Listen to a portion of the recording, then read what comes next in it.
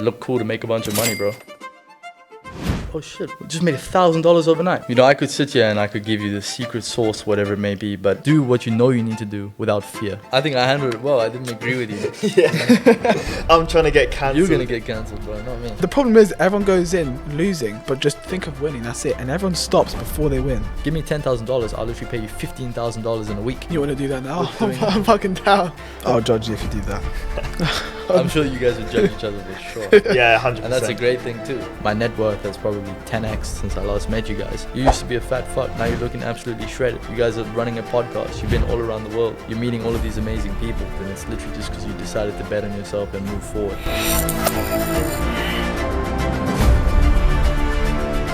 Welcome back to Next Gen Success. We're here with Liam Bradshaw. Thank you for having me, boys. Happy to be here. So you do e-commerce. What made you get into e-commerce? Quite frankly, bro, I mean, there's a few different factors. The first one was that my friend was actually first found out about it and he hit me up when we were in high school around grade 11, so like 16, 17 years old. He's like, bro, we have to get into e-com. You know, you can make so much money, whatever. And I was like, nah, bro, it's saturated. And this was like 2021, bro. So obviously if I got into it then and I really did it properly, I'd probably be a lot further than I am today. But it took him about a year of convincing me and me thinking that it's too saturated for us to actually get started. And then, yeah, we got started. One thing led to another, and now been doing it for about 4 or 5 years now. But I would say the thing that actually got me into it from my own brain, regardless of what he had to say, was that, you know, just look cool to make a bunch of money, bro. Like, that's pretty much all it is. It's a very flashy business model, or at least it can be. That's what got me into it initially. But now I've obviously realized that there's a lot more to it, especially if you want to do it properly. It's a lot of long hours behind the laptop. Also, to be fair, from the point where you thought it was saturated until you actually started, you may have matured more and had a different mindset, so which actually helped you. So maybe if you started it when you originally thought that it was saturated, you might not have done as well, so you never know. Yeah, exactly, bro. I mean, I have no regrets in life, so I'm not sitting here salty about the fact that I didn't start earlier. At the end of the day, everything has worked out way better than I could have ever imagined today, so I wouldn't change anything, really. Could you take us back to your first e-commerce store, and how did that one turn out? Yeah, sure. So first e-commerce store, at least the first one that we actually got sales with, was, yeah, completely ratchet setup, bro. If you saw that today, you'd think it's an absolute scam, to be honest. But because of the product and because of the setup, you know, we were selling a weed grinding pen, which you would put weed in, and we couldn't even advertise it with weed because, you know, Meta would take it down. So we were advertising it with tobacco. To be fair, we didn't even make any of our own ads. And we ran it on a Instagram theme page. This was after testing maybe 5, 6, 7 products. And at this point, I was smoking weed as well.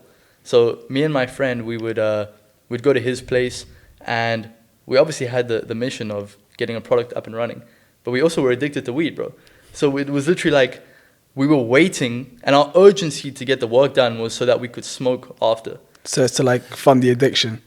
To fund the addiction with cash, for sure, but also literally just, we obviously understood the importance of, okay, we need to get this done, but we really wanted to smoke, but our reward was smoking.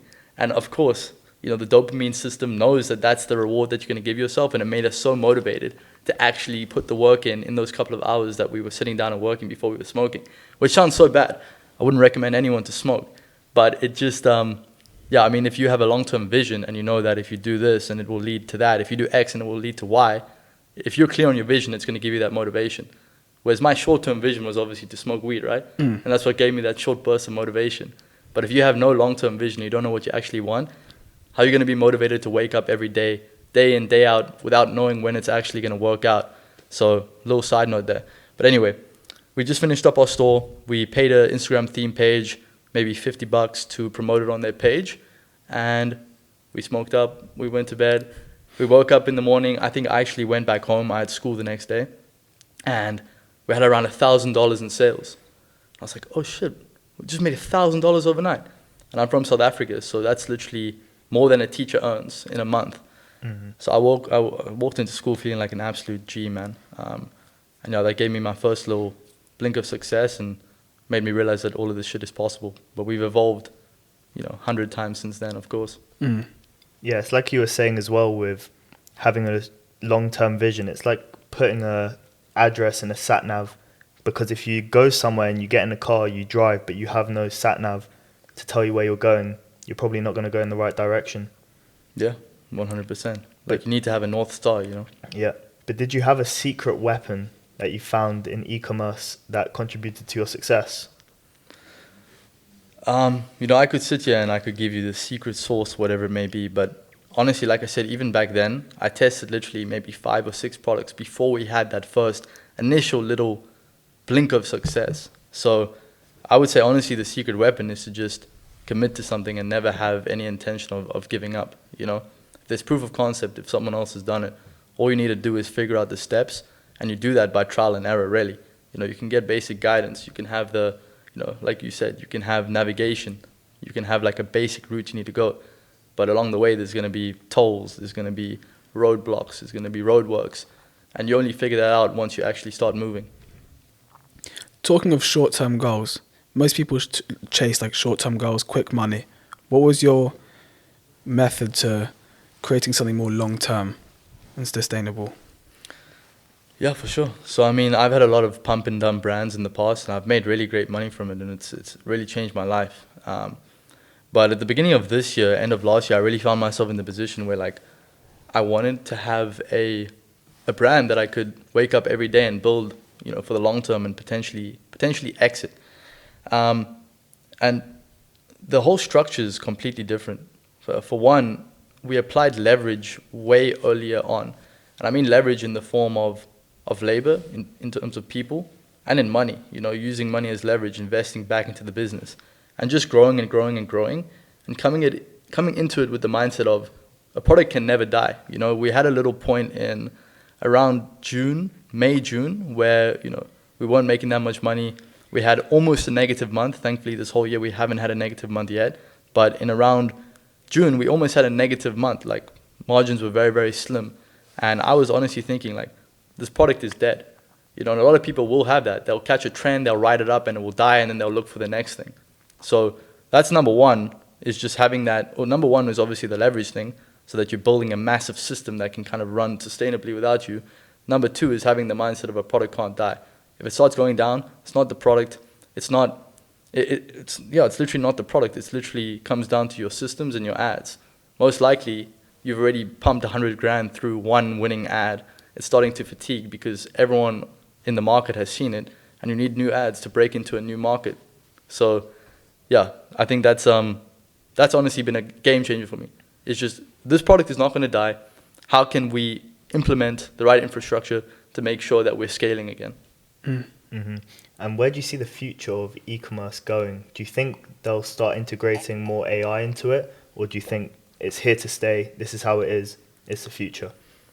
Well, I think us as people, we have a very deep trait to consume, right? Whether it's content, that's why everyone's addicted to social media, whether it's consuming things, getting new things. So I feel like people will always want new things, you know? Amazon is a clear example of this, you know? It's got like probably $1 trillion market cap, if you were to look at it as a stock. I don't actually know the stock, but I mean $1 trillion valuation, and it only continues to rise. So it's like we've seen no sign of consumerism in terms of products on the downtrend. So I think AI is only going to help a lot of people get into e-com and systemize it and reach new heights. I mean, I'm seeing that already. I'm using AI on every single day. We just implemented an AI customer support system that literally is saving me $2,000 a month on VAs, and it's handling my customer support instantly. It's actually better. It's like giving my customers a better experience with us. So I think AI is only going to help people that are already in e-com leverage. People will be able to leverage AI to just make the whole process easier, but it's also going to filter out a lot of people that don't know how to leverage it. How do you approach picking products to sell when everything's moving so fast nowadays and there's so many other people selling so many other products? Yeah. I honestly believe that if something is trending on Google Trends, even if it's not trending, as long as it's not dying, if you come in with good enough marketing, you'll be able to sell it and you'll be able to scale it. Because if something is going upwards on Google Trends, it means the market is just growing and growing and growing. And the supply is, the demand is increasing, and even if other people are selling it, if it's growing, you'll be able to come in with a unique offer, unique mechanism, and yeah, you'll be able to get a piece of that pie too. Of course, if you pick a product that is not super saturated and you see a clear, untapped way of presenting it, it's going to make things a lot easier for you. But at the end of the day, if your marketing is good enough, as long as the TAM, the total addressable market, is growing, there'll be space for you to make some money with that product, in my opinion. But you have to be good, you know, at the end of the day. Yeah, and put You the can't, work you in. can't, yeah, I mean, you can't come in with subpar marketing and then expect to beat another company with better marketing than you.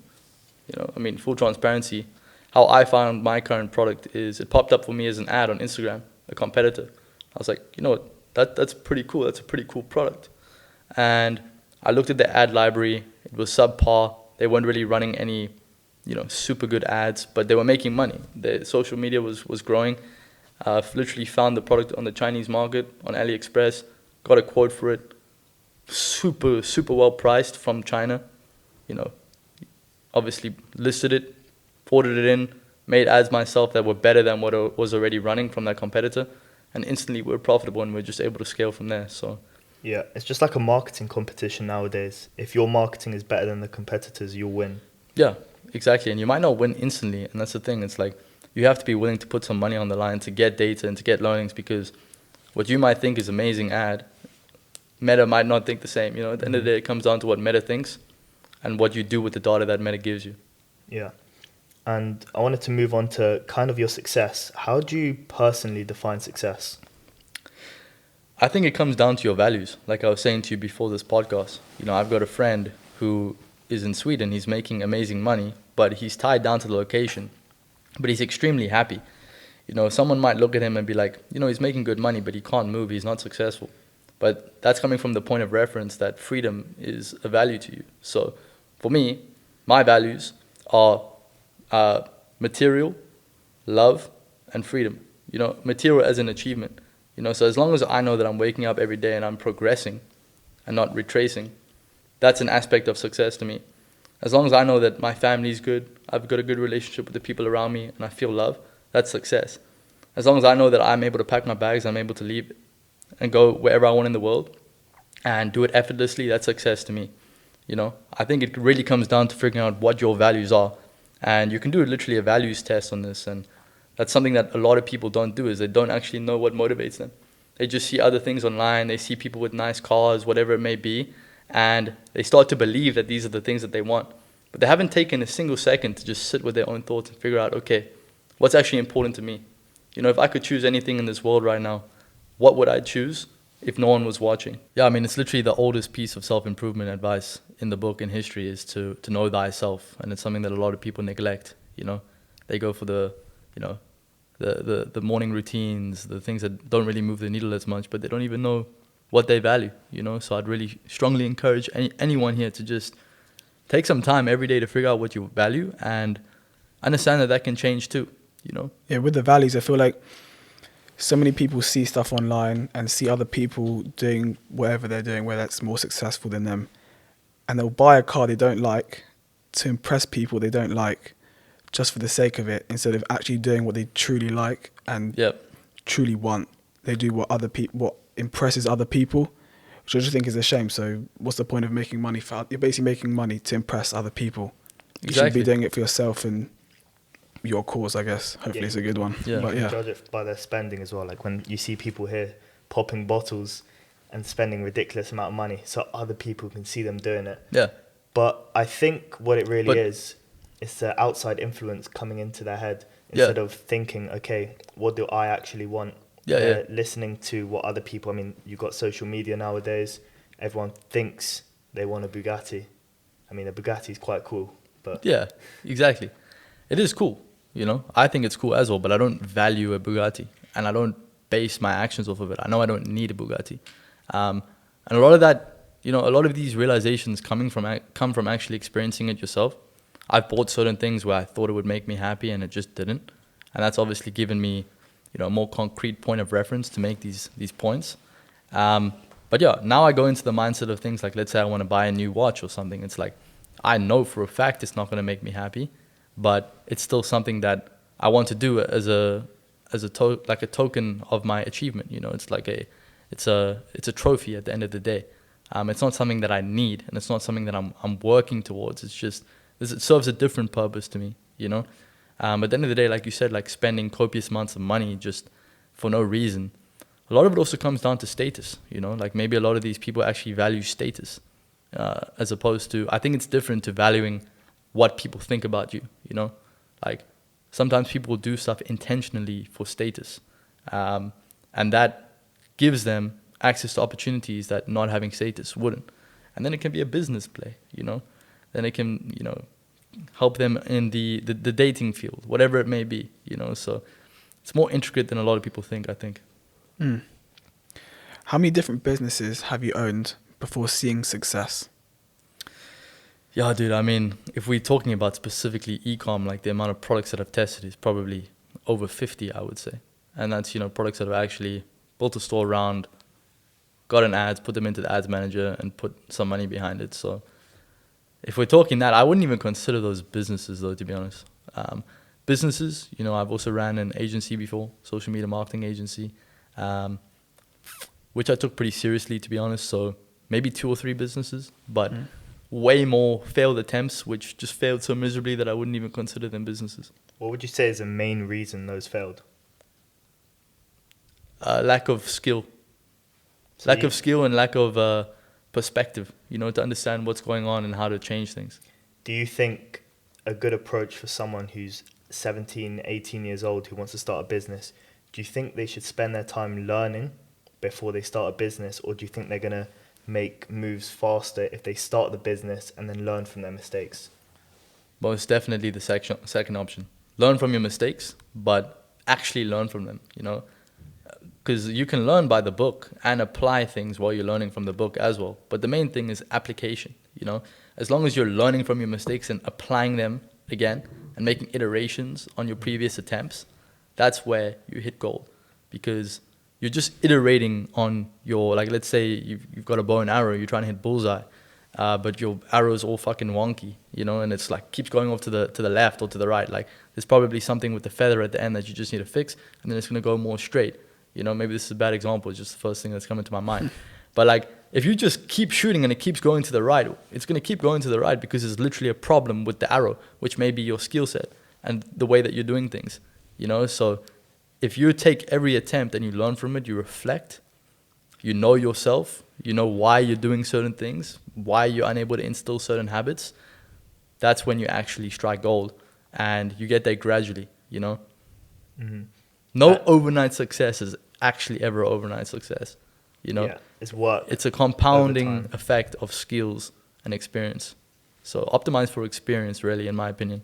Yeah, it's like I think you have to build the foundations first, and then once you have enough experience and you're actually ready to achieve success, it will come to you when you go out and get it. But daily habits, what daily habits do you think are important for your success? Yeah, for sure. For me, it's definitely number one is meditation. So I literally meditate every single day. And that just helps me to, again, spend some time with myself, especially when I know I got a big work day ahead.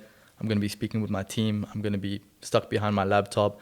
I'm going to be, you know, taking meetings, whatever it may be. A lot of the time, there's no time for yourself. And it comes back to what I was saying. It's like you need to spend time with your thoughts so you are able to make tactical decisions that are actually in alignment with what's important to you, you know. Also just meditation in terms of helps you to be more calm, helps you to be more collective, understand things, not be so reactive, but more proactive. So that's number one, meditation. Number two, 100% just moving the body, you know, getting the blood flowing. And number three is reading as well, you know, expanding my knowledge. Because, you know, cliche quote, but the more you learn, the more you earn. And it goes back to what we were saying also about learning from experience. But the realistic point is that, you know, millions and millions of people have had the experience before you. Yeah, so you learn off other people's mistakes. Exactly, yeah. And sometimes it's good to, like, follow shit blindly, you know. Us, like, most of us we're ignorant and we're egotistical. We let our ego get in the way. And we think, okay, no, you know, it worked that way for him, but it's going to be different for me. And yeah, that's good. Have judgment, but don't be afraid to just take guidance from people at the same time. When you first started doing e-com, who were your role models / people you idolized? It's a good question. Honestly, I've never really idolized anyone, but I've definitely learned a lot from people. I would say I was watching Bia Hez's vlogs back in the day. Do you guys know Bia Heze? Okay. He's like also like an ecom guy. He doesn't really do ecom anymore, but he was an OG, bro. He had some good content. Yeah, I was more using YouTube as like a resource, you know, when I had a question, searching for it, as opposed to consuming content. And did you ever have any mentors? I've had a few. Yeah, I'm currently being mentored by a guy called Sean Eng. He's an absolute killer in the ecom space. And when I first got started, I was with a guy called Franco. Yeah, I mean, I'll tell him to his face, like the mentorship wasn't too valuable, but what was really good about investing the money is that firstly, it put my back against the wall because I invested a large chunk of money. I gave myself no choice but to make it work, you know, because I had this money. If I didn't make it work, I just wasted that money. And it gave me a roadmap. You know, it took me from knowing absolutely nothing to having at least the basic roadmap and the basic plan in front of me that I could just follow and then again learn on my journey. Pressure makes diamonds. Exactly that. Yeah. You need to take uncomfortable leaps sometimes. And can you share a specific failure or setback that reshaped you? I try and not focus on anything negative in my life. Like literally, I've been hypnotized. I do hypnotherapy. You do it yourself? I've got a hypnotherapy coach. Yeah, I work with him on a monthly basis. And he's literally hypnotized me to not view anything in my life as negative. So like you asked me that question, immediately people would think it's probably a negative question, right? Yeah. My brain won't even like go there, you know? We see it as well as like you see failures as lessons. You don't see them as failure because once you see the failure as lessons, that helps you grow. Yeah, So it's all of about course. perspective. Yeah, so the question kind of talks about you see the failure and what lesson did you take for it to help you grow? Yeah, for sure. Maybe we'll come back to that question. Nothing comes to mind, honestly. 100%. Growing up in a place like South Africa, which is pretty crazy, how has it shaped you to be the man you are today? Yeah, I mean, obviously growing up in a place where, you know, for the most part, no one is really super financially abundant. It definitely initially made me grow up with a bit of a scarcity mindset. You know, seeing my parents like, literally, we'll be at dinner and we can't buy another bottle of water because it's expensive. You know, just like frugal mindset. Definitely pissed me off a lot in the beginning, and it definitely gave me a lot of motivation to actually make money. Because, yeah, it goes back to that time when I saw that first success. I knew it was possible. I knew that I could literally make a teacher's salary overnight. And then it just came down to obviously proving the people around me that that is actually possible. But I would say it gave me a very good perspective because I understand the value of a dollar. You know, I understand the value of money. And that has made me respect money at the same time.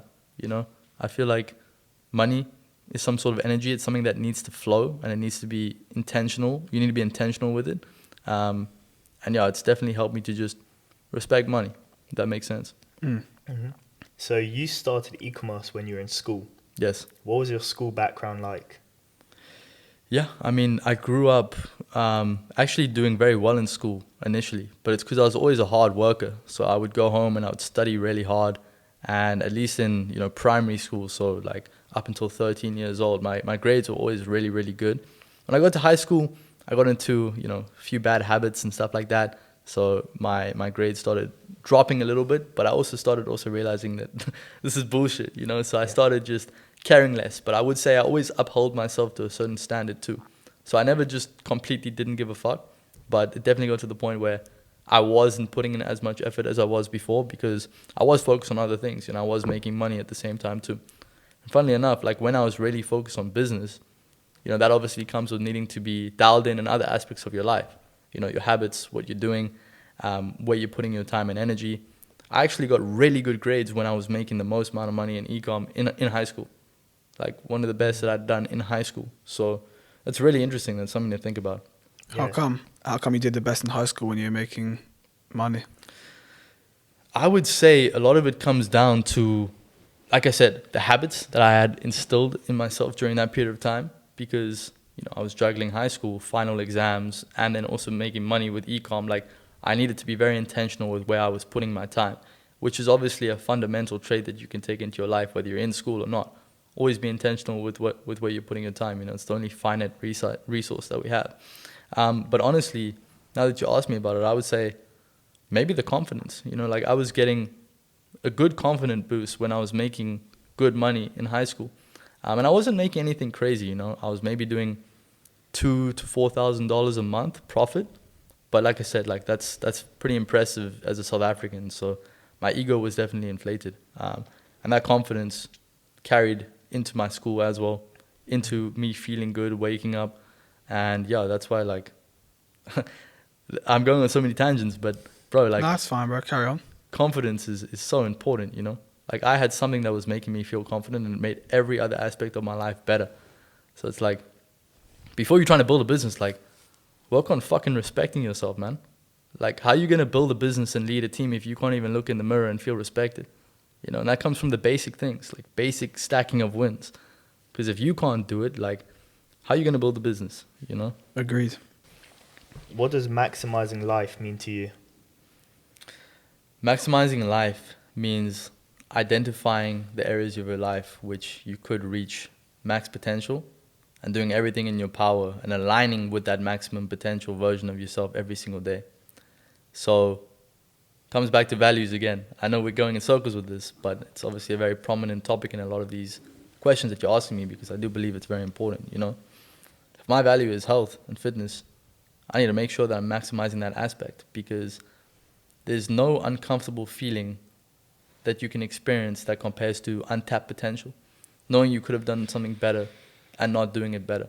Or knowing that you could be doing better in general and not at least moving towards that version of yourself. So maximizing life comes down to making a very clear vision of what the highest and maximum potential version of yourself is. And with every decision that you make every day, ask yourself the question, does this align with the highest version of myself?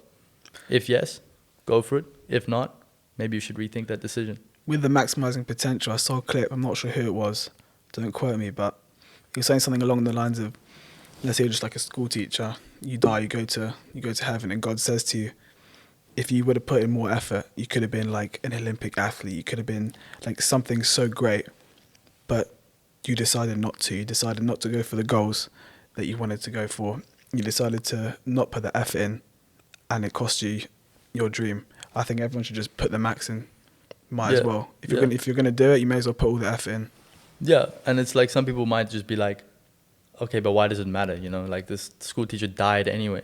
Yeah. Well, you're here on Earth. What else are you gonna fucking do? You may as well max it out. Exactly. There's no reason not to. What's gonna make you feel good while you're here? It's aligning with your highest potential. You know, and maybe you believe that your highest potential is like a school teacher, and you work your whole life to get to that point. You know. Maybe you're a little bit mentally disabled or whatever it may be. But I guess if that's what makes you happy at the end of the day, it makes you happy. But exactly. You should always strive for the highest you can. 100%. Could you walk us through a time you almost gave up and what pulled you through?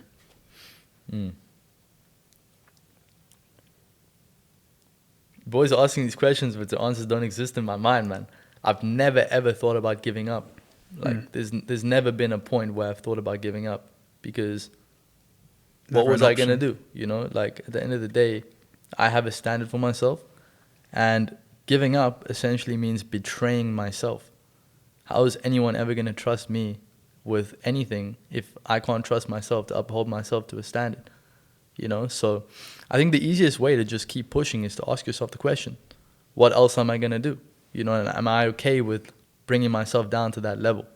You know, I've obviously had very hard times and times where I'm like, extremely stressed and things aren't going too well, and I'm having problems with, you know, my business. We're having, you know, $100,000 payment holds. We got no cash flow. We can't find a winning product, whatever it may be. But at the end of the day, I made the decision to make this work. So am I going to look at myself in the mirror and say, you know what, we give up on that, or we're going to keep going? And you're here now because you didn't give up. That's all it is. And it's a very prominent image in my mind, which is that image of that miner. You know, he's just mining, he's been going for long, and it's comparison between the guy that gave up just before he hit diamonds and the guy that reached diamonds, and he's extremely happy. You know, at the end of the day, you gotta be moving with the mindset of everything I ever want can be achieved within the next 24 hours, because then it's just one more day, one more day of giving it your all. You know, and if you believe that I can achieve this tomorrow, why would you give up now? It's like, I saw this thing with this guy was like, if it took you 30 chances you had 30 chances to succeed, on the 30th chance is when you succeed, how quickly are you going to fail the first 29 to get to number 30? Yeah, exactly. Like you have to fail enough times to actually deserve to win. I feel like it's a South African mindset as well, because it's something I see with a lot of South Africans. You got like Drickus Du Yeah, Plessis, and then all of the online money Like kids, Marits. Marits. yeah, Like I feel like they all have the same mentality when I look at them, and I feel like it's something to do with growing up in South Africa. yeah, man. I think it's because we see how absolutely shit it can be. You know, there's definitely worse places to live in the world, but South Africa, when you're at the bottom of the, you know, at the bottom, like if you're in poverty, you're struggling, man. You know, like it's not where you want to be.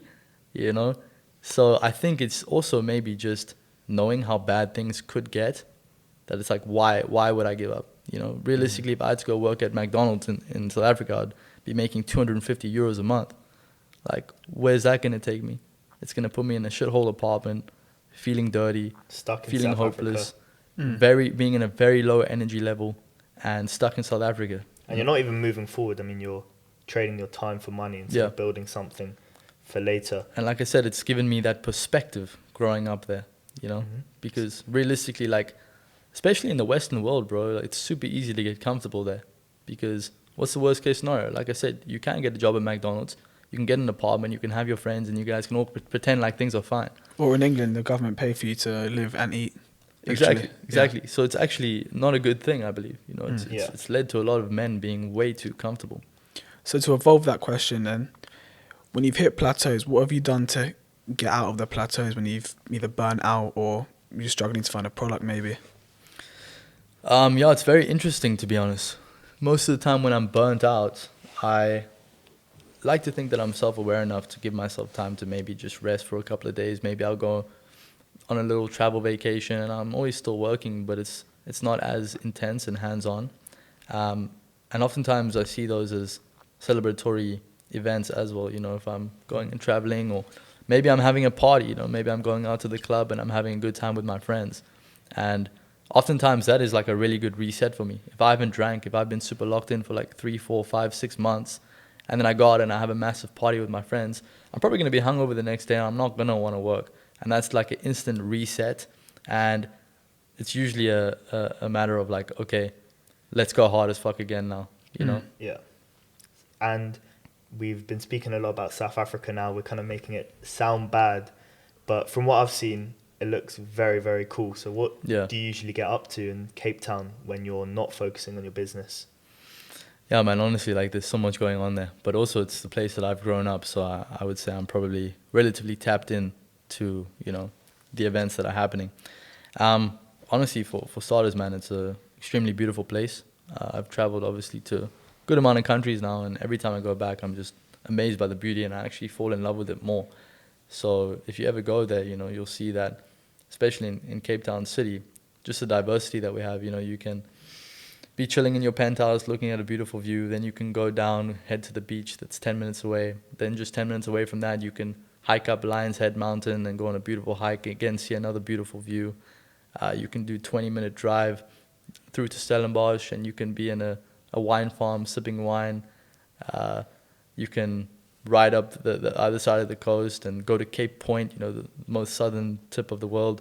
I feel like I'm a freaking TripAdvisor here right now. But yeah, I mean, overall, it's just like a beautifully laid out city. And yeah, I mean, honestly, that's talking about Cape Town specifically, like if we were to go to that city, which is also a very small part of the country itself. Talking about travel, a lot of people compare these three cities, not cities, places, Thailand, Miami, and Dubai as like the three best places to go as someone who's making money online. Yep. Where do you think is the best place to go? Honestly, I feel really good here in Marbella. In my opinion, it's pretty much like the European Dubai. You know, you have the money around, you have that urgency, you know, you have that clear image of the potential that you could reach, just like Dubai. A lot of people, that's what they value about Dubai, is that there's a lot of money and there's a lot of urgency to work, which maybe has that a bit more than Marbella, because everyone's kind of chilling here, I also believe. You know, it's not as urgent, but you definitely see how abundant certain areas and how much money is actually in the world in a place like Marbella. And the sun is shining. You know, we're naturally increasing Almost our all, yeah. testosterone as men. Gym is amazing. The gyms are amazing. The people are cool. So I really like Marbella for working, actually. I always compare it to Miami. I was just there like 2-3 weeks ago, Nice. and I say that like Miami is the American version. Yeah, Miami is the American version of Marbella, and Oh, yeah, Marbella yeah. is like the European version of Miami. I see them like so similar. Yeah, yeah. I can imagine. I mean, I've Yeah. not been to Miami, but palm trees everywhere. The weather's nice. Yeah, Money, especially with money like the flowing. money, yeah, and the Yeah. materialistic Yeah, 100%. stuff. Everyone's in the cars and the clubs and the bottles and everything like that. Yeah, and you need to see a bit of that from time to time. You know, even if it's not your goal, again, it just makes you realize how abundant the world is and how much money is out for the taking. Something that I don't really experience when I'm in Bali, because no one gives a shit there, bro. Like, you be there for too long and you start getting comfortable at certain levels, which, you know, you were trying to push past a couple of months ago, because there's just no reason to make more money. You know, you're chilling, you don't see any luxury. Everything's so cheap there. Everything's so cheap, you're saving money. Like, it's not a place that I can particularly be in to really thrive. And yeah, I mean, you see a lot of comfortable people there, bro. It's a crazy culture shock. Last summer I was in LA. You're spending like fucking $5 on a bottle of water, and then I was in Thailand like 4 months ago, and $5 can get you like a whole meal for like 2-3 people. Yeah, you can live it's off crazy, like man. nothing and get way Yeah, more yeah, than yeah. you would get in like a European or Yeah, bro. Western city. But at the end of the day, it's also like a filter, right? Depends who you're wanting to connect with. Like in a place like Marbella, where we're at right now, it's also, bro, shit feels like a scam sometimes. It's like, yo, I'm paying like $250 for like some chicken, bro. Like, what is this, you know? Yeah. But at the end of the day, like, it's a filter. You don't have to dine at those restaurants. You don't even have to be in Marbella if you don't want to be. But if you're here, you know that all the people that are around here are probably doing something worth at least having a conversation with them about. Yeah, that's how we met. Me, you, and Ari all just met in the gym in the sauna out of nowhere. Yeah, exactly. And like, we're just random guys that met each other, and you guys are running businesses, you guys have a podcast, you guys are into health and fitness. Like, it's a filter. You know, if I was in a place like, I don't know, Bali or even South Africa, you know, I probably would be more reluctant to even speak to people in the sauna, because I just know that, honestly, like, They want to be a plumber. yeah, like my Or a dad's school actually teacher. a plumber, funny enough. But it's a cool job, and it's something that all of the people that finish school in London, they tend to do. They want to be plumbers. It's a big thing in London to No learn a ways. trade. So there's colleges that you learn bricklaying, to become an electrician, carpentry. That's funny. But one thing about trades, it's always going to be there. You can't, like, AI is like a big thing now, right? AI can take over certain businesses, but an AI can't come and fix your toilet or put a light bulb in. Like, those sort of jobs will always be there, for now at least. Yeah, unless robots come and take over. Yeah. But I mean, yeah, they're always going to be there, so it's a safe route for some people. But life is about high risk, high reward, and it's about your risk tolerance as well. You know, at the end of the day, 99% of people that have done anything worth paying attention to have taken massive risks, and they've been so okay with also going to zero multiple times. Mhm. Look at Elon Musk, bro. Like, he sold PayPal for like 100 million, and like the next year he was unable to pay rent, bro, because he just invested everything again.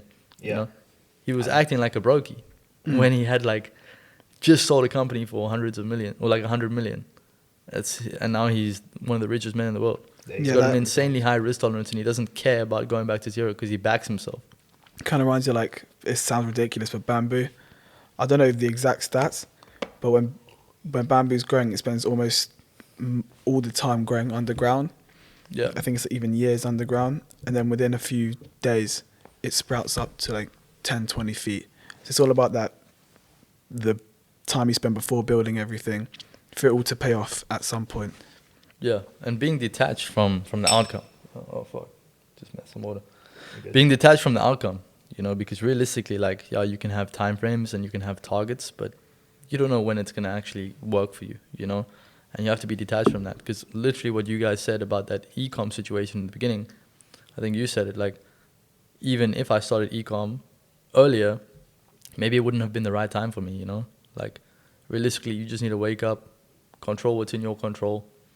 That's what you have control over, the input, and the output. You just have to have faith. So I mean, I always say, don't complain about something you can't change. You can't go back a year and say I should have started. So there's no point complaining. You may as well put all your effort in now, because I can't go back and tell myself, don't smoke weed, don't drink, don't do all this stuff, because Yeah, you've yeah. done it already.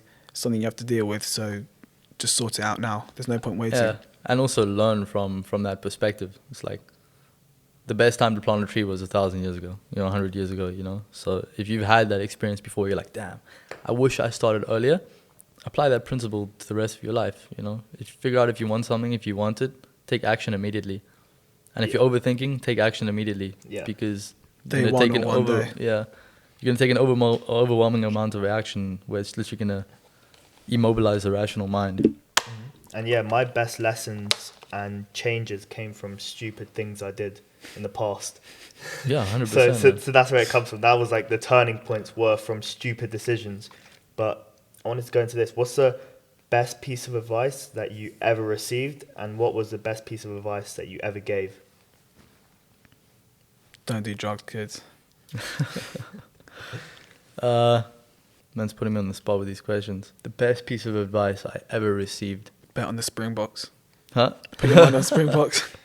Also, one thing I'd recommend you guys do is have a thing on your notes where you have it like your rules for life, Your values and self-beliefs. Just your rules for life. So like if you think about something or if someone says something that resonates with you, write it down. Because, bro, we have so much information going into our brains at all times. Like, we'll forget certain things. And if we write it down, it can be a playbook for your life, for things that are important to you, Yeah, that's why we do the podcast. Because yes. we interview people who are in positions where we want to be. Yeah. I would say the best piece of advice I've ever received is instead of wanting things, intend on having them. So a lot of people want things, but what is wanting? It's creating that gap between I don't have it, right? But when you intend on having something, then you immediately start to think, how can I have it? And that instantly puts into motion at least the mindset that is required to achieve those things. Because if you intend on having it, it means that you intend on putting in the work, it means you intend on in moving towards it. But if you just want something, it's just an infinite gap that can go forever without being filled. You're saying you want something or saying you will have something. Yeah, exactly. Yeah. It's that intention. So I will have it. There's a lot of things that I want. Yeah. That I don't actually intend of having. Maybe one day I'll wake up and I'll want to drink a coconut in Bali, but do I book my flight? No. No, exactly. Maybe I wake up and I intend to go have a coconut in Bali. Instantly that shifts the framework to, okay, I'm gonna go book my flight right now. I'm gonna go drink a coconut in Bali. Yeah, it changes your perspective. 100%. It shifts the whole mental framework. Ellie, do you want to drink a coconut in Bali? We will be. Yeah. We will be drinking a coconut in Bali. Nice. But talking about advice, I know we said that don't worry about going into the past because there's things you can't change. Yeah, but yeah. if you could go back and give yourself one piece of advice, what would it be? Do what you know you need to do without fear. Because I think there's so many times in life where we know we need to do something, but we're honestly just scared. And that's a natural phenomenon because, a lot of the times things are going to be risky. They're going to be painful. And you know that they're going to be painful. So your brain puts up its protective mode and it wants to protect you because it doesn't want you to go through pain. Your brain is just a natural thing that is optimizing for the path of least resistance at all time. It's trying to optimize for you to feel good and to have a good life, whatever it may be. And unfortunately, if we don't apply logic to that, that can lead to us just living a completely purposeless life. So do what you need to do. Do what you know you need to do without fear. Because without the fear removed, it means that you'll just do it instantly. And how has achieving financial success at an early age changed your outlook on life and the way you plan your future goals? I would say it's definitely just helped me have the perspective of anything is possible. If you want anything in this life, as long as you intend on having them, you will find a way, So it's really just helped me to think a lot bigger because I've seen where I was and where I've gone, where I've eventually reached. And, the younger self, now it feels normal because I've gone through all of the trial and error, the mistakes, the failures, whatever it may be. But my younger self would be extremely impressed and extremely happy. And he would have said, damn, bro, we got to that pretty easily, Why didn't we just think bigger directly from the beginning? So I think to put that into practical advice for people, it would be to obviously just decide that you're going to have something and then maybe just think even 10 times bigger than that. because if you know you can achieve it, then when you get there, you're going to look back and be like, damn, why didn't I just think bigger and push for bigger? Like you're saying, maximize. Exactly. Yeah. If you weren't doing ecom, what do you reckon you'd be doing right now? Honestly, I'd probably be doing something degenerate. I don't know, just messing around, man. No, I'm joking. I see a lot of potential in AI right now. Obviously, I've told you guys earlier in the podcast that it definitely has made an impact on my business and my life and just the way that I operate. And I feel like people that are leveraging that are really doing very, very well in business. And it's something that's extremely scalable, because one of the main core factors, or one of the main forms of leverage, which is labor, is technically removed or maximized. It's put on a level 100 labor. So if you have one form of leverage like labor, then maybe you'll need less money or less other forms of leverage. So it's something that if you just learn and you have the skill set, I feel like you'll be able to make great money. I just paid some guy in Nigeria like $2,000 to help me with this system, you know, and he did it in a couple of hours because he had the skill and I didn't, and it's high leverage for my business. So yeah, I mean, I'm pretty sure Nigeria has a similar economy to South Africa. If I got paid $2,000 for like a couple hours of work back in the day, I would have been ecstatic, you know. And if I did that every day, I would actually be extremely wealthy in South Africa. So that's honestly where I'd be putting my focus, AI stuff. Yeah, I feel like as well outsourcing is quite important, because when you're spending time on things that you're not really skilled at, you might not be doing it as efficiently, and you're wasting time doing things that you are skilled at, which is generating you income. Yeah. So if in an hour something doesn't generate you as much as you're earning when you do your most productive task, then you should outsource it. Yeah. If it makes sense. 100%. So, what do you feel like the next 5 years are going to look like in your life? The next 5 years in my life. Within the next 5 years, I'd definitely like to have a portfolio of brands that are collectively worth over $100 million. Without a doubt, that would be achievable for sure. And that's the main focus at the moment. It's just building, scaling, and exiting e-com brands. So, yeah, we've got a holding company for that, starting to acquire them, starting to stack them up. And that's honestly the long-term vision. I think my life will be pretty similar to where it is now. I also know that if I just apply myself for the next 5 years, I'll be, 25, 26, still relatively young. I don't need to have everything figured out. I don't need to have a family, whatever it may be. But if that comes around, I'm open to it. But it's really just about understanding that, 5 years of hard work now and dedication and fully applying myself, especially while my testosterone as a male is literally like peaking. Why would I want to apply it at a later stage when my testosterone is dipping? Unless I hop on TRT or something. But either way, I'm the most motivated I'm ever going to be in my life right now. I have the least that I'm ever going to have in my life right now. So I know that 5 years of hard work will take me very far than, 5 years of, messing around thinking that I have, lots of time. Which products have made you the most money? To be honest, I'm not super public about my products. So I've got a product right now which I'm busy running, and it's a brand which is making me the most money and has made me the most money. So yeah, I mean, if we're not going to speak about that specific one, I can talk about some of the stuff I've ran in the past, and a lot of it's honestly been female apparel. So obviously the female market is known to like to spend money. A lot of women like to spend money. It's in the feminine nature to get things, to hold them, to have them, and they like fashion too. So I found products in the past that have been trending, and I've been able to source them on the Chinese market, put together a really good offer, and I've been able to scale them extremely fast. That's because they're spending on their husband's cards, right? Possibly, man. I mean, I don't know. I can't confirm. Can't confirm or deny. Gotta keep it chill here. Not trying to get cancelled. I mean, do you want me to cut that out? No. We've had far worse guests, don't worry about that. I think I handled it well. I didn't agree with you. Yeah. I'm trying to get cancelled. You're going to get cancelled, bro, not me. I won't be complaining, because when I'm drinking a coconut and barley, yeah, you won't give a cancelled fuck, doesn't bro. mean anything to me. You'll only be cancelled if you allow yourself to be cancelled. I feel like that's the truth. Of people only get cancelled when they play into the bullshit. When they just forget about it and just carry on. It's it doesn't human work. nature for everyone to forget about stuff and carry on. But if they are feeding it, bro, they're literally like making it more evident that they fucked Yeah. up, you know? It's so stupid.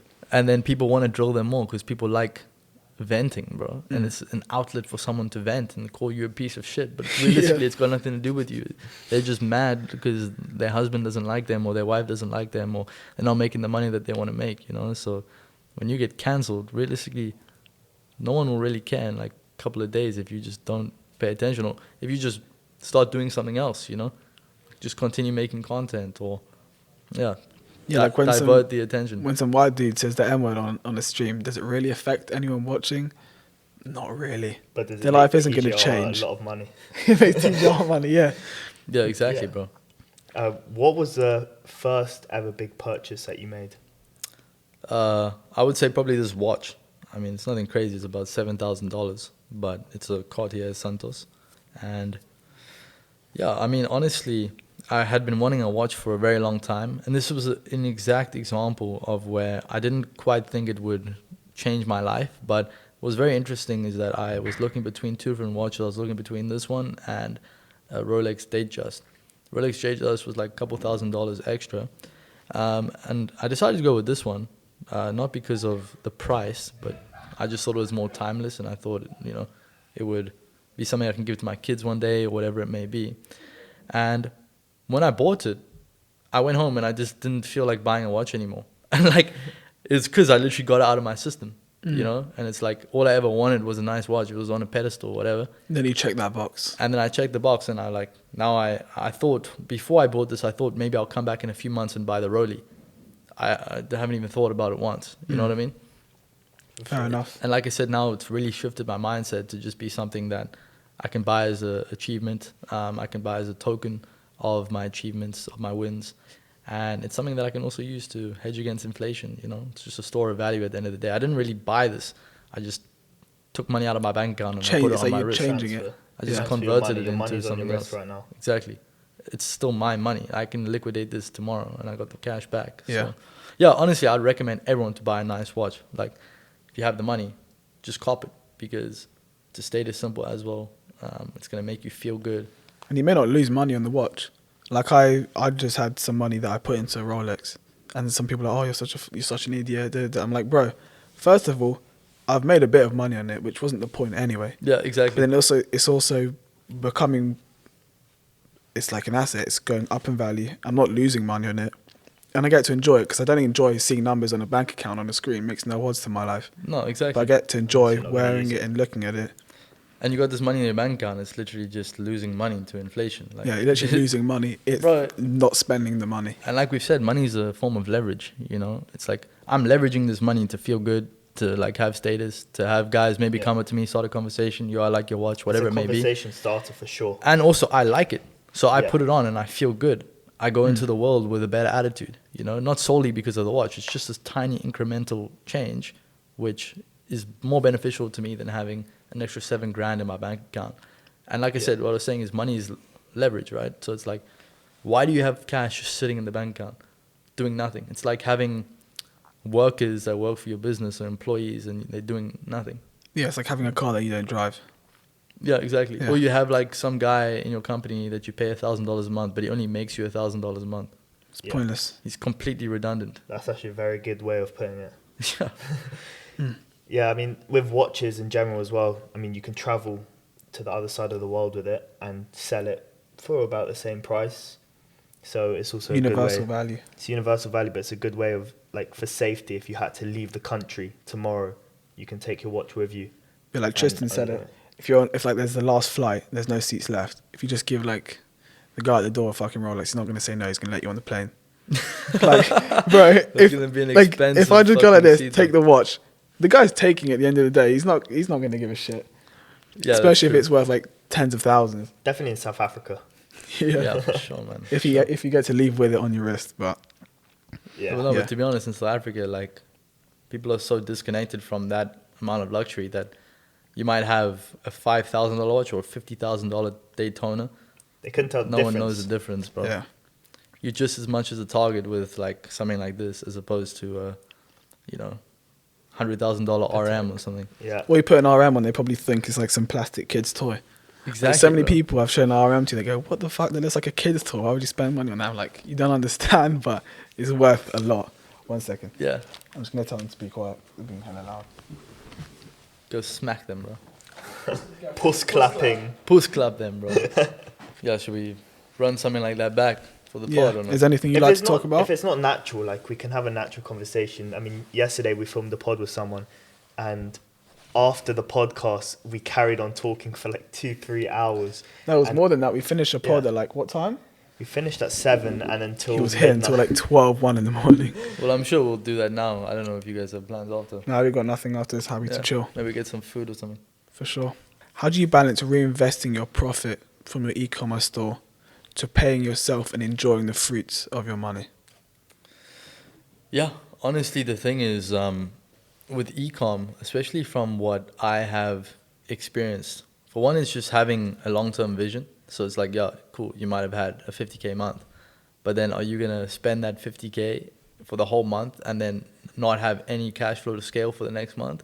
So that's just number one, having a long-term vision, you know, like always keeping a nice buffer zone for if, you know, your ad account does start ripping and like you have a new winning ad, that you have the cash flow to put back into it. And if you don't, be resourceful. You know, like I've had periods of times where I've had a winning product and I want to scale and I have no cash flow. So you went to the casino, put it all on black, right? Exactly. Put it all on black, then you get it back, then you put it on blackjack, then you 10x it, and then you have your capital. It's as simple as that, right? Yeah. Yeah. So, yeah, I hope that answers the question. Everyone's doing it wrong. Yeah. The problem is everyone goes in losing, but just think of winning. That's it. And everyone stops before they win. Just keep on Roulette. going. Yeah. Roulette, And just just bet on the remember- number that's going to land. Just remember, you can only lose 100% of your money, but you can gain more than 100%. Exactly Go to that, the man. casino. Exactly that. But yeah, I just like to keep like a little buffer zone, you know, like have the mindset of tomorrow we're gonna hit a winning ad, and that's how you should be operating. Tomorrow we're gonna hit a winning ad, and it's gonna scale through the roof. Our ad account is gonna rip at a 2.5, you know, or 5 ROAS, whatever it may be, and we're gonna need some cash to be able to scale, you know. And if not, like I said, I've had times where I've had no capital to scale, and I've just been resourceful, you know. Reach out to people that I know, ask them if they want to invest in the brand, give them some profit share, cut your short-term profit to be able to propel long-term gains. You know, like say to someone, listen, bro, you give me this cash, I'll literally give me $10,000, I'll literally pay you $15,000 in a week. You know, like you'll make $5,000. You want to do that now? We're doing- I'm fucking down. We're doing I'll give absolutely you money. nothing. You know, I've had times when I've done that because I knew that it would help me to still keep things flowing, and I would have made more than $5,000 because I would have had 10,000 to just pump into ads. Again, it's risky, you know. But yeah, but as you were you saying got to bet earlier, on yourself. You got to take Yeah. that risk. Yeah. Because what are you going to do? You're going to let your ecom brand die because you didn't have the cash flow, or you're going to figure out a plan to get the money and keep scaling. Exactly. That's why you go into debt and make it work.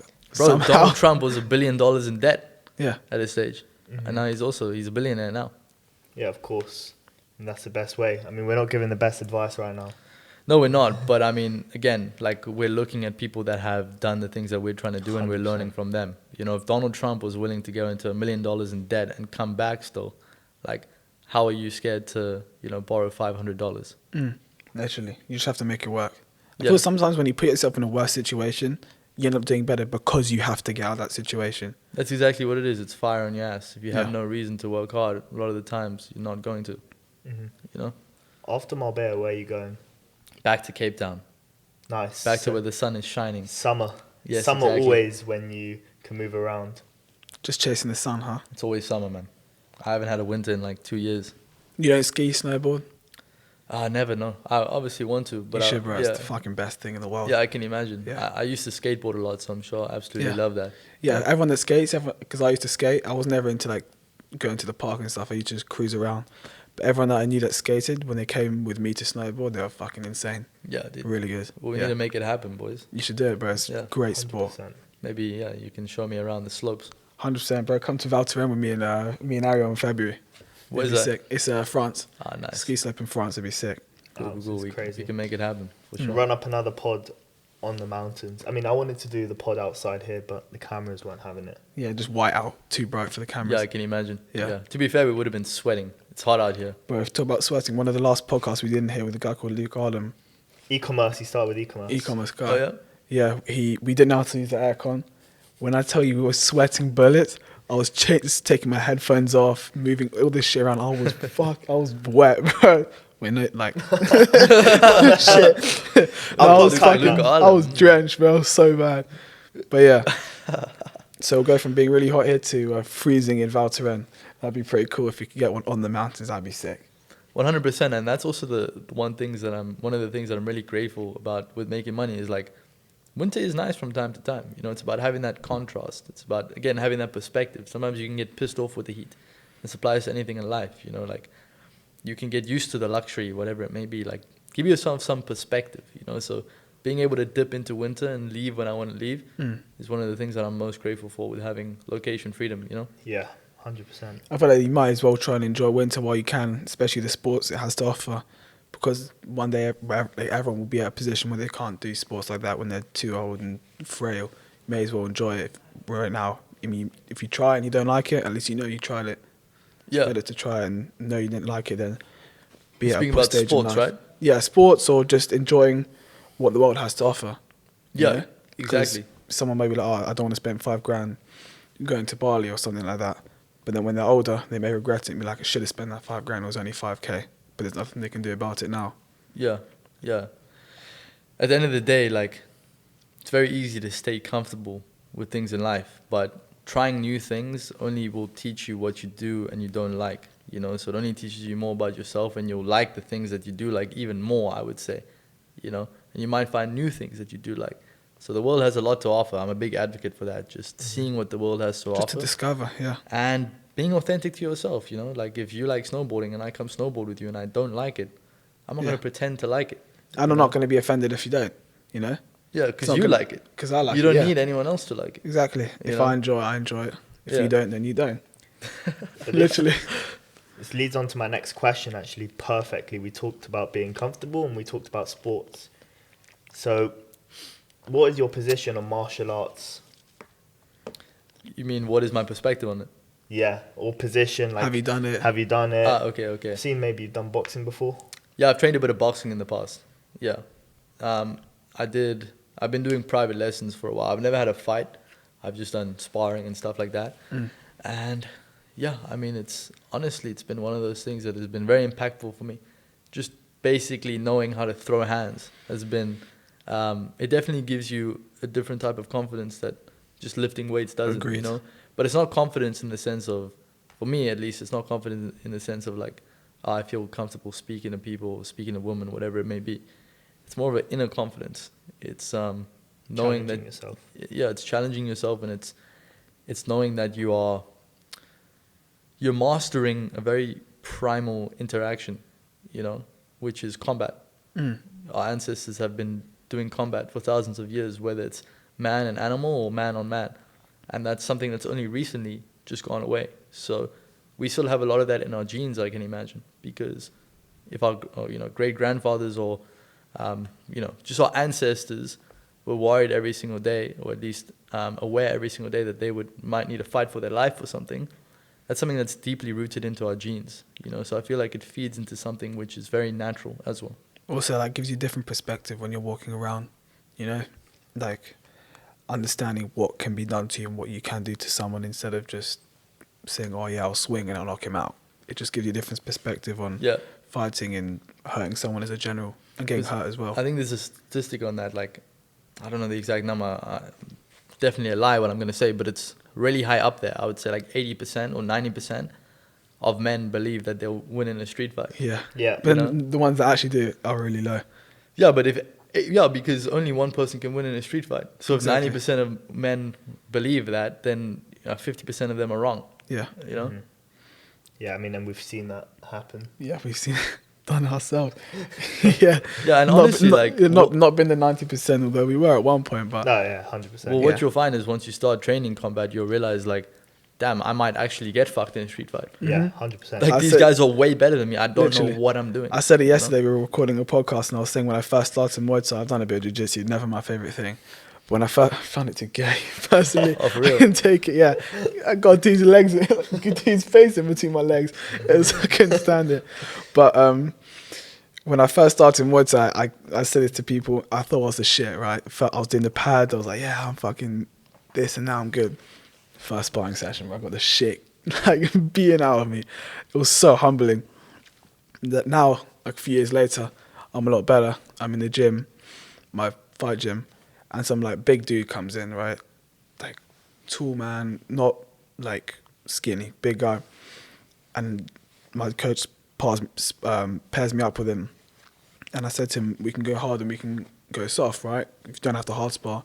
If you want to go hard, we can. If you want to go soft, we can. He's not that good, he's new. He goes, we'll go soft. I said, okay. Just tapping him, boom, boom, whatever. And out of nowhere, he just throws a right hook really hard to my face. I said, bro, like, I thought we were going soft. He goes, I said, I can match you if you want. I haven't got a problem with hard sparring. He goes, no, I don't want it. I said, okay. And I carry on being respectful. And he just does the same shit again, just throws one hard hook. I was like, fuck this guy. So I just chopped him with a leg kick, left hook, and then just kneed him in the stomach, and he's on the floor. This guy's like 30 years old. And You're like, 16? And yeah, I was 16. I was 16 at the time. I just dropped this 30-year-old, and he goes, why would you do that? I said, why do you think I did that? And now this 30-year-old guy has to go back to his house, his kids and his wife, and then he just got dropped by a 16-year-old for his ego. Yeah. It's just ridiculous. And that's exactly what it was. It was ego. Yeah. Yeah. Similar thing happened to me. I mean, not exactly like that, but it was actually last year in Marbella. I had been training a bit of boxing, just private lessons, never sparred anyone in my life. And one of my friends, his name is Max, he also does e-com. He's like 2 meters tall, weighs over 100 kilograms, and he was training Muay Thai for about a year in Thailand. Mm-hmm. And I said, bro, come, let's spar. Just my ego talking. You felt that leg kick? No, I didn't. We didn't train Muay Thai. I mean, we didn't spar Muay Thai. We ended up sparring boxing. We pulled up to the gym. Straight as soon as he's hitting the bags, I'm like, okay, damn, this is going to be a bit tough. Like, this guy's actually big, right? Yeah. We get into the ring, and yeah, we say, okay, we're going to go soft. But he actually came in swinging pretty hard. But either way, I matched the energy, and by the end of it, I couldn't even see straight. And it made me just realize, like, damn, okay, I don't actually know how to fight. I can hit a bag, and I can feel cool with Drake banging in my ears. But as soon as I'm actually in the ring with someone that's way bigger than me, there's a massive skill set that's lacking. But then it pushes you to learn more and work harder. Yeah, exactly. And that's like anything in life, like throw yourself in the deep end and you'll figure out that, you don't actually know too much, because it's the number one thing that's keeping people from succeeding is they're ignorant to where they're actually at, And it can be a pro and a con, You can use your ego to put yourself in situations like that, which will inevitably make you better. Like, you need to keep your ego strong, but you need to learn to control it at the same time so that you're open to new ideas. Agreed. Mm-hmm. What do you believe is the most overrated piece of advice in the entrepreneurial space? I don't want to come for some people now. I would honestly say it is... What do you guys think? I don't know. What do I think? And I'll let you know my thoughts. Because I do feel like a lot of the pieces of advice are valid. I mean, I pick and choose advice depending on the person who's saying it. So for me, if someone who's in a position that I like is saying something or giving advice, I'll generally listen from someone who's where I want to be. If I want to be there, I'm going to listen to him. Yeah. So it's more of the type of person, if he's talking about his financial advice and I see he's doing well financially, then I'll listen to it. Yeah. 100% agree. And that's also an issue that a lot of people face. Like, I wouldn't even say it's information. It's just the fact that they're listening to way too many people because they're addicted to the dopamine that they receive. Honestly, choose 1, 2, or 3 people that you really resonate and that are in a position that you want to be in, and listen to them and actually apply the knowledge, because there will be conflicting views, I just said my number 1 habit is meditation. You're going to find some other guy who's going to say, fuck meditation, wake up, drink coffee and get to work. But for me personally, as someone who does e-com, I'm dealing with people, I'm dealing with numbers, I need to be very analytical, I need to be very sure in my decision making when I'm making decisions, and personally meditation helps me to be more calm, to have a clearer mind, and ultimately makes my work better. If I was, a fighter, I don't know, maybe a fighter could also benefit from meditation because they're more calm and collected, but for a fighter, they should probably wake up and be on the foam roller for 20 minutes or stretch, improve their mobility as opposed to maybe meditating, So it really depends, like you said, who are you listening to and are they in the position that you want to be in? Because it's going to be different. Mm-hmm. What's something about the e-com lifestyle that people don't see on social media? I would say that in order to really be successful, it takes a lot of delegation, and you get out of your ad account really quick. You know, a lot of people think it's in ad account, scaling budgets, whatever it may be. I still do media buying, but there's a lot of day-to-day stuff that I've had to remove myself from so that I can continue to push. So I mean, like my team alone cost me like $20,000 a month just to cover the team, you know. But that has freed up so much more time so that I can continue to grow, because you do get to the point where, yeah, you know, if you've got a mega winning product, you can keep scaling ads. But for you to really maximize that, you need to focus on new things that are optimized for growth, new landing pages, new offers, new product development, new opportunities in the space, researching ways of optimizing things, actually improving your skill set and learning, getting mentors, things of that nature, you know. And you just can't do that if you're just stuck in the day-to-day. So, yeah, really it's the fact that you need to become a very skilled operator if you really want to continue to scale. How do you manage relationships, friendships, and health while running multiple businesses? Yeah, honestly, it's tough. What I've started to do is I've started to integrate social life into my routine. So, for example, especially if you're running a business and you're very busy, you know, you've got a lot of work to do, it's very easy for you to just go weeks without seeing anyone, right? But if you go into the gym, simple way to be social is to just go to the gym with a friend, gym with different people, take a walk home, get your sun, get your cardio in, call someone while you're doing that. You know, it's integrating your lifestyle. I think a lot of people are very focused on doing either one thing or the other, but there's many times where you can integrate stuff, you know.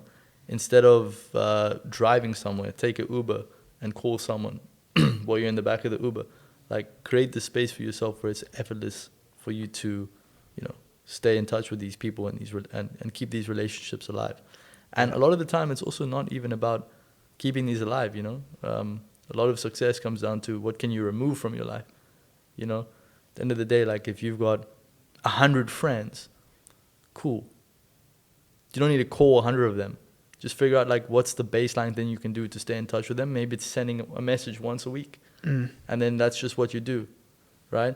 You can remove the need to call them or to see them or to have dinner with them, because then it will distract you from your mission. Yeah. At the end of the day, like, one of my values is benevolence. So making sure that the people around me are in a good state of mind and they feel good. But another one of my values is also achievement. So that's more selfish, you know, that's more, how do I feel? Am I progressing? And it's about balancing that, because at the end of the day, if I give in to too much benevolence, making sure the people around me are feeling good, I'll start to sacrifice my achievement. And then what's going to happen? I'm not going to feel good. So how am I going to make people around me feel good? And then boom, both values are struggling. There you go. I mean, I'm actually a very big believer in that as well. So when it comes to people who I give my time to now, it's people who are willing to do the things that I'm already doing. So if I'm going to the gym, I say, okay, I'm going to be at the gym at this time. You can come or you don't have to come. It's up to you. It also saves you time. If you have a friend that also goes to the gym, meet up at the gym instead of going to the gym on your own, then meeting them for a coffee later. Like you're saying, integrate it into your lifestyle. Yeah, integrate it into your lifestyle. I completely agree. I was going to say, and also, like, make sure, like you said, if they're going to the gym, most likely they're aligned with you with the fact that you're both into health and fitness, you know? Like, make sure that you are actually giving your time and energy to people that are aligned with you. Because if they're not, like, you're always going to feel a little bit of resistance.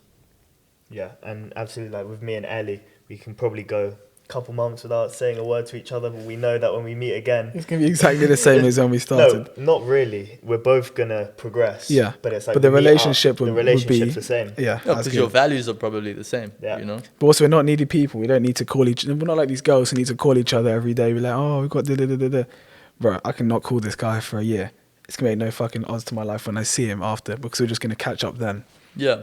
And realistically, like, if one of your guys' main values did change, maybe you guys will catch up and it will feel a little bit off and a little bit weird and a little bit of resistance. That's okay. And that's okay. Maybe that was the last time you guys are going to see each other, you know? You always care for each other. As long as you're happy for each other, I'm happy that if he wants to do that and I don't, bro, best of luck for him and best of luck for me, as long as we're both happy doing what we'd like to be. But if you guys are aligned, like, that's when, you know, realistically, you probably will instill the same habits and ways of thinking and things like that when you're not together anyway. So, like, when you do link up again, it's going to be like complete alignment, you know? Yeah, 100%. Like when me and Ellie go to do Muay Thai, camp in Thailand. Like he can do what he wants. He can go change his gender. If he Fuck wants you, him man. to. I won't judge him. I'll judge you if you do that. I'm sure you guys would judge each other for sure. Yeah, 100%. And that's a great thing too. Yeah, Yeah, you know? need it. You need someone to give you a reality check. and we'll tell each other the hard truth as well. Yeah. Yeah, because who knows? Maybe like I don't know. He just went down a bad path, and someone else got into his mind, and subconsciously or unconsciously hypnotized him or something. Like Like you saw Ariel's story on Instagram when he was fat like that. I used to call him a fat bastard. I was like, bro, you need to lose some fucking weight, and he did to me too because I was used to be fat. We were fucked, but yeah, we used to hold each other accountable. Say, bro, you need to lose weight. You look like shit. So how did you And that's guys what get so fat? Because we got fat together. I mean, we were playing Warzone, and it was just bad habit after bad habit. It was the environment we were in. That's Were funny. you guys both just like eating shit? He used no, that's the thing. That's funny. Oh. He used to be fucking addicted to the sweets and the chocolate and like what people usually think gets you fat. I used to binge. But I was just eating too much normal food, like just too much pasta, too much of all that shit. Sitting in my room playing Warzone, and it just accumulated. You fat Yeah. bastard. So I'm curious, bro. How has your life changed since you've dialed in your fitness? Because I I mean- feel like that's like the number one fundamental. Like if you can't keep your body in check, like What can you keep in check? I mean, to be honest, there's a lot of like people that don't have that attribute to them. That like they're not doing well in fitness, but they're still crushing it in business or whatever it may be. But if they were to dial in their fitness, like I'm 100% certain that their life would be a lot better. Helps with your mind as well. Yeah, but Flipped it's like I feel upside like it's down. the perfect place to start. Like That's what did start. So I'll tell you what happened was it was a mindset change first. Once I had that mindset change, then I started to be uncomfortable. how did the mindset change come about? It was influence on social media Okay. and also things around me. Like, okay, I started to be unhappy with who I was.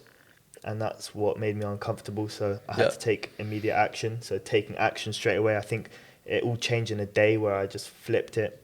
And there you go. I was in the gym at 5 a.m. in the morning. Yep. And then after the mindset change and the physical change, then became the people who I hang around with. And then it all just keeps on Nice. going. So life completely switched upside down just because of the mindset and body change. Yeah, and that's the thing, bro. Change happens in an instant. It's just one flip of the switch in your brain because you really wanted it and you intended on having it. And also, you had that influence in your brain. You started to see what you could be. That was your view of your highest potential self. And then you felt a disconnect because there was where you knew you could be and there's where you were. And there was a massive gap of wasted potential in between that. Definitely a waste of potential. And now I see everything as I want to max all my stats out. So when it comes to martial arts, gym, even like I'm now getting into calisthenics, like doing handstands, and me and him are trying to do a backflip. Yeah. Fine. I just broke my finger Maxi today. stats. So Fucking fuck. love that. That's awesome. People around us, we want that to be at the highest level. And So how do you feel? Like, do you feel different? 100%. And Like how- everything Yeah. different. Energy. Just feel healthier. It's nice to feel healthy. Yeah. Like it just feels good to be healthy. Like people don't understand that when they're not like really conscious of their health. Like before, I wasn't conscious of my health, and when I started focusing more on it, came out here, locked in, stopped like doing all that dumb shit, eating the crap. You just feel good on a daily basis, whether you're doing something or not. You're just healthy and you feel good Yeah, in man. yourself. So much to important. it. There's Thing so though, much like- to it. Yeah. Ignorance really is bliss. Yeah. Like if you don't know that you would feel way better, you just feel how you feel. Exactly, And yeah. it's like I feel like, especially for me, we get so obsessed with being so locked in, so optimized that if I do have a late night, I even convince myself that I'm tired or whatever it may be. It's like we forget how powerful we are without being optimized. Like Agreed. you were probably operating fine there.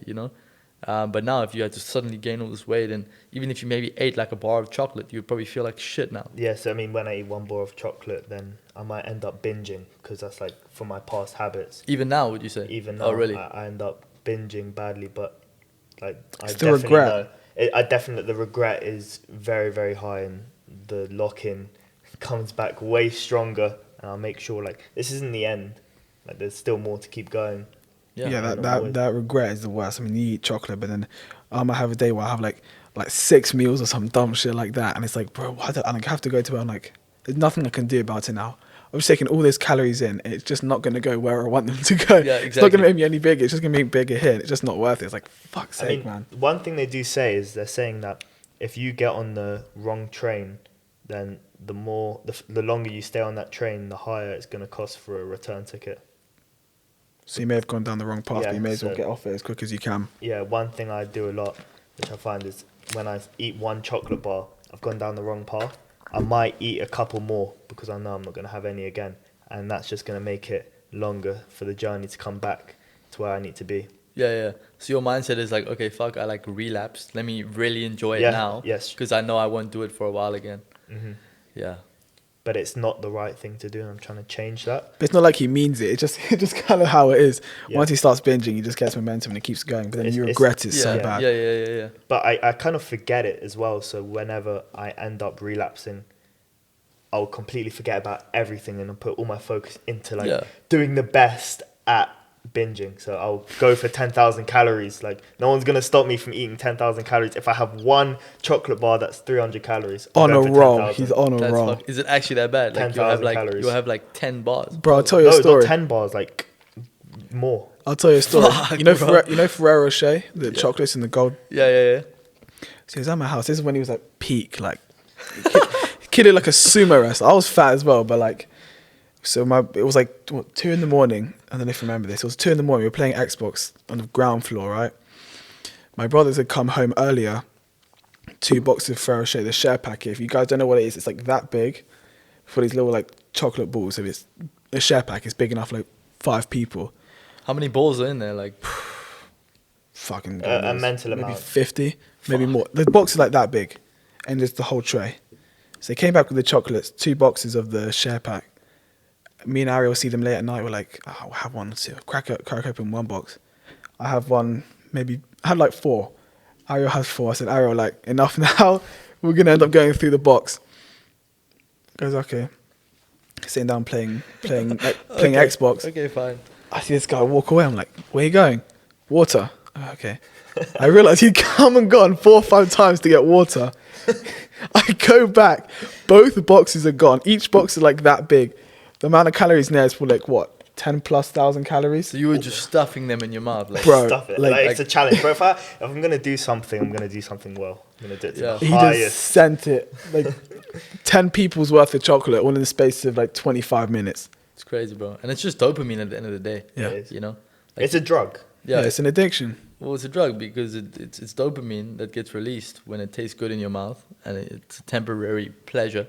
And then, your baseline probably comes down a little bit, and then in order for it to get up again, you need another chocolate, and another one, and I another don't one. usually have a gap, so like I know like as soon as I start binge, okay, I have to get through all of this, and there's no that one was a gap because I was trying to like do it behind him.